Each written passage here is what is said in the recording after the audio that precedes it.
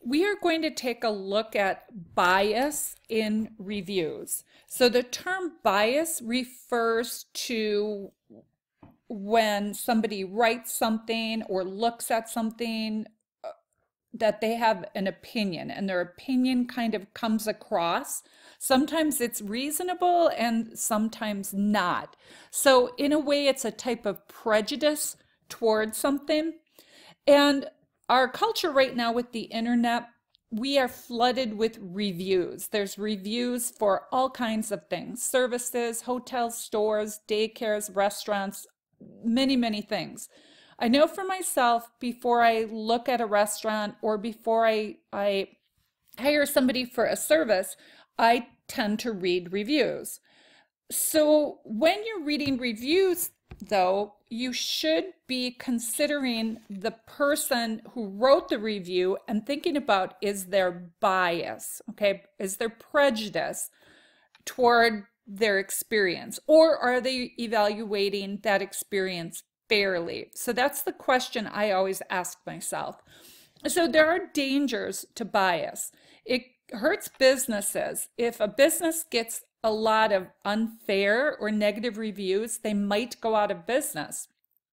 Consumers, me, the reader, or you, the reader, might get an unfair, wrong impression. I have seen reviews where people create many accounts and then they flood a business with negative reviews. So reviews can be manipulated to be a bit unfair. And reviews can also damage a reputation unfairly. Unfortunately, when people take the time to write a review, it's generally a negative review. People do not generally take the time to write positive reviews. So let's say we're looking for a daycare. Most parents will start their search with looking at what daycares are available in an area, and then they'll read reviews. So we want to be able to search for bias. So these are some wonderful steps to use. First of all, read everything carefully.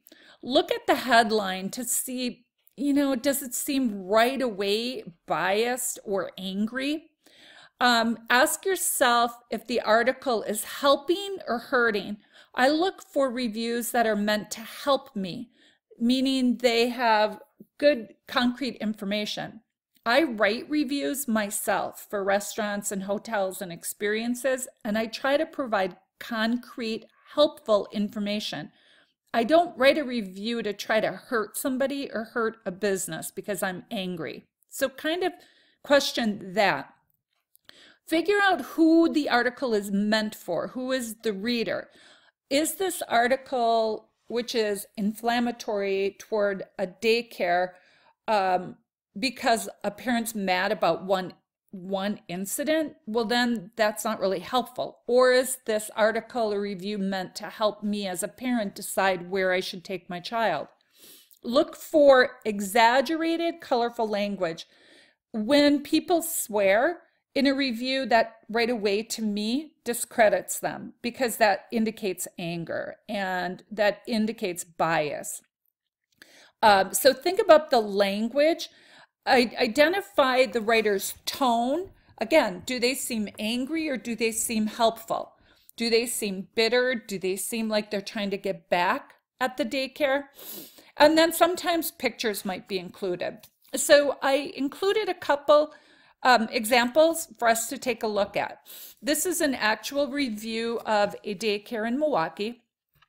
When you look at it, they have poor security there. Anybody, CN, enter, won't ask for an ID. When you read through this, what do you think of? Well, for me, right away, I don't give the writer a lot of credibility because I'm looking at all the many, many spelling, grammatical errors in this. So this person does not seem real credible in my mind. So that is, one thing right away to kind of take a look at. Here too, look at the top one. Don't send your kid here. They will come home abused with no call home, no note. That's pretty angry. It's pretty emotional. They'll blame the child, sweep it under the rug. So to me, when I read that, this is a 1-star review. It's a negative review. And at the end, they swear. So whenever anybody swears to me again, it doesn't seem credible. This person's angry. Give me concrete, yes, I don't know. It just, when you look at it, I don't know, it just doesn't seem credible.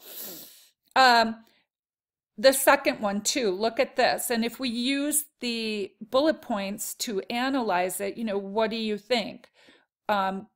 This is a great place to put your children in, but when you is just, you're not texting. With an unprofessional assistant, it throws the whole place down. My daughter haven't even had the chance to start.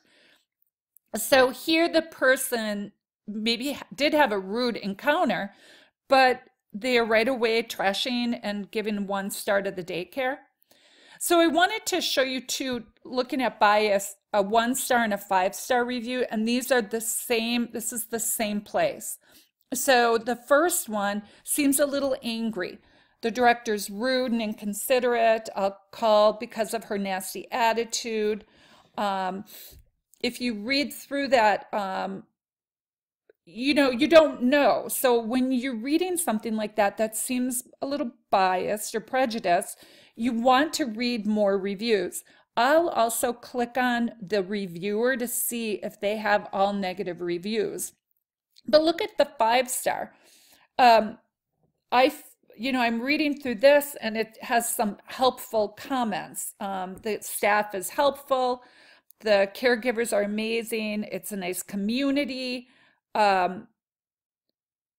I like the ending part. When I pick my daughter up, she wants to show me the toys and continue playing.